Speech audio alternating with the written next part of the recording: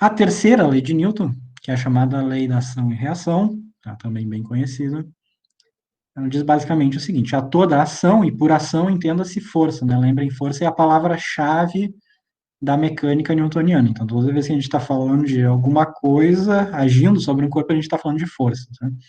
Então, toda ação, ou seja, toda força, corresponde a uma reação, portanto, uma força também, né? Igual e contrária. O que isso significa?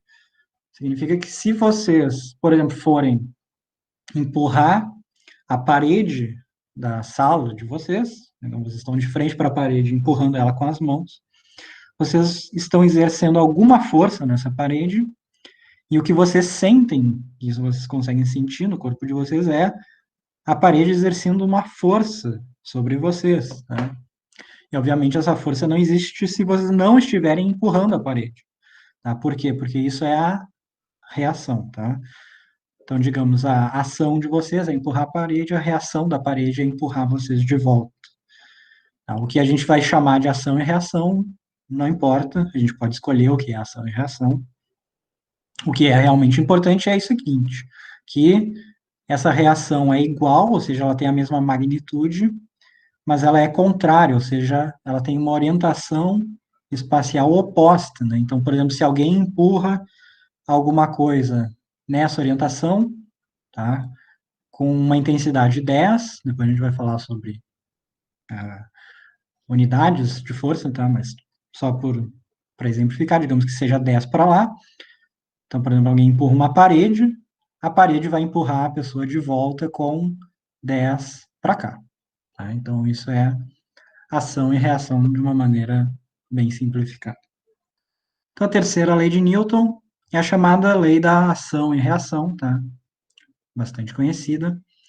Uma maneira de sumarizar essa lei é dizer o seguinte, que a ação é igual a menos a reação. Tá? Por que menos? Bom, porque lembrem, a reação, ou o que a gente chama de reação, né, ela tem orientação espacial contrária, mas o módulo é o mesmo, né? Outra maneira de colocar isso aqui de uma maneira mais matemática é dizer que a força, lembrem isso aqui são vetores, né? Que um corpo A exerce em um corpo B, então a FAB, é igual a menos a força que B exerce em A. Então, só para exemplificar, né? Imaginem que vocês estão na casa de vocês, tá? E aí tem uma parede, alguma coisa aqui assim. E aí vocês vão lá e querem empurrar a parede, começam a empurrar a parede. Quando vocês começam a fazer isso, vocês sentem que vocês estão sendo empurrados de volta pela parede, né? Então, na verdade, vocês estão fazendo uma força, chamar de F, nessa parede. Vamos dizer que seja a força de vocês na parede, e a parede faz uma força em vocês. Tá? E essas duas forças, elas na verdade acontecem sobre uma mesma linha de ação, tá? Então aqui eu botei em cima aqui, só para ficar mais claro, mas lembre que esse vetor desenhado aqui é a mesma coisa que ele desenhado aqui, tá? Porque ele pode ser transportado paralelamente. E o que é importante é o módulo é igual, ou seja, então se a gente for calcular o módulo que eu faço de A em B, isso vai ser igual ao módulo de B em A. E a orientação espacial é oposta, né? Então eu faço a força na parede direcionada para lá, no sentido positivo do x, a parede faz uma força em mim, no sentido oposto, direcionado também no eixo x, só que ao contrário. E uma coisa muito importante que é necessário ressaltar e que às vezes confunde muito vocês, é que essas forças aqui, FAB, FBA, FVP, FPV, elas acontecem em objetos diferentes. Notem que essa aqui é uma força que está atuando na parede e essa aqui é uma força que está atuando na pessoa. Tá? E isso tem a ver com a pergunta que eu vou fazer agora para vocês, que é a seguinte: então, digamos que tem alguma coisa, pode ser uma pessoa, não importa, que eu vou chamar de A, tá? Só para a gente voltar para essa anotação. E essa coisa está fazendo uma força sobre outra coisa que eu vou chamar de B. E aí vocês têm aqui a F, a B. Imediatamente vocês sabem que existe uma força igual e contrária, que é a F, BA.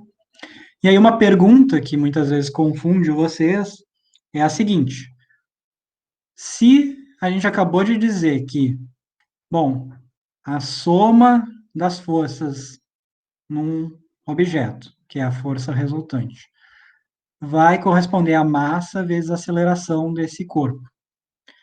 Mas aqui a gente está dizendo que essa força é igual e oposta a essa, então se e sempre existe uma ação e uma reação, não importa a situação que a gente está olhando, ou seja, sempre vai existir uma força igual e oposta. Então, se eu pegar essas forças aqui e somar elas, eu não vou obter sempre zero como força resultante, ou seja, a aceleração também não vai ser sempre nula. O que existe de errado, ou existe algum erro nesse raciocínio? Existe algum problema aí? Pergunta para vocês. Tá bom. O João falou as massas são diferentes. Não, as massas poderiam ser iguais. As massas poderiam ser iguais. A e B poderiam ter a mesma massa.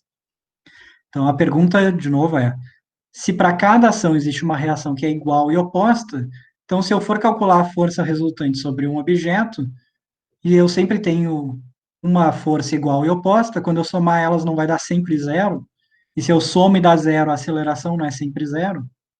Então, como que a gente pode ter aceleração em algum corpo? Como que a gente pode ter força resultante em algum corpo? Tá? E a resposta não é as massas serem diferentes, porque as massas poderiam ser iguais sem problema nenhum. Podem ter outras forças, mas lembre, para cada outra força que a gente põe, existe também uma reação para essa força. Então, o problema continua não sendo resolvido. Na verdade, a resposta do problema está para uma coisa que eu falei aqui para vocês. O que eu falei aqui?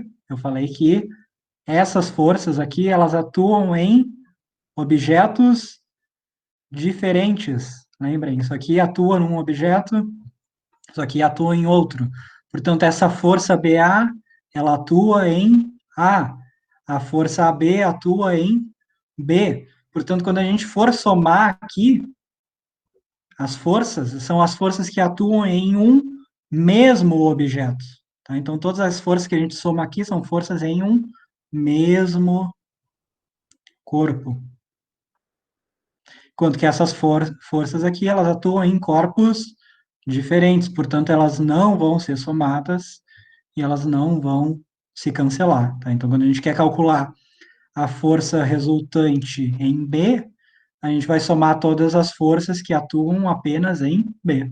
Quando que a gente vai calcular a força resultante em A, gente vai somar todas as forças que atuam em A. Tá? Muito importante. Então, não esqueçam, ação e reação sempre acontecem em objetos ou corpos diferentes. Nunca é no mesmo corpo.